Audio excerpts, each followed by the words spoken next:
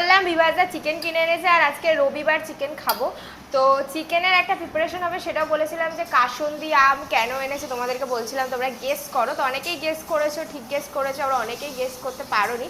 তো দেখো আজকে হবে এই যে চিকেন। আর কিছুদিন আগে তোমরা প্রিয়স্মিতা ভিডিও দেখেছো, ও করেছিল পোড়া মশলায় আম কাসুন্দি চিকেন। আমরা শিলিগুড়িতে গিয়েও সেটা খেয়েছি। তো আমি পেঁয়াজ রসুন আম সব পুড়িয়ে নিয়ে এখানে পেস্ট করে নিয়েছি। তো এটা আগে দিয়ে দেবো, পুরো একদম পোড়া পোড়া করে নিয়েছি যাতে মানে ভালো করে ফ্লেভারটা আসে। আর এখানে কিন্তু আমও দেওয়া হয়েছে, পুরো একটা গোটা আম। আর এটা কিন্তু আমি আধ ঘন্টার জন্য ম্যারিনেশন করে রেখে দেবো যাতে মাংসর ভেতরে ভালো করে মানে সব মশলা মানে আমের ফ্লেভারটা ভালো করে ঢুকে যায়। আর এখানে রয়েছে নুন, যেমন নুন হলুদ সব কিছু দিয়ে ম্যারিনেশন করে ওই রকম ম্যারিনেশন করে আপাতত রেখে দেবো আধ ঘন্টা। তারপরে ওটাকে কষবো। আর আমি তো খুব এক্সাইটেড, আমি আগে কখনো করিনি এরকমভাবে। কোনটা বলো? না ভেজে তারপর পেস্ট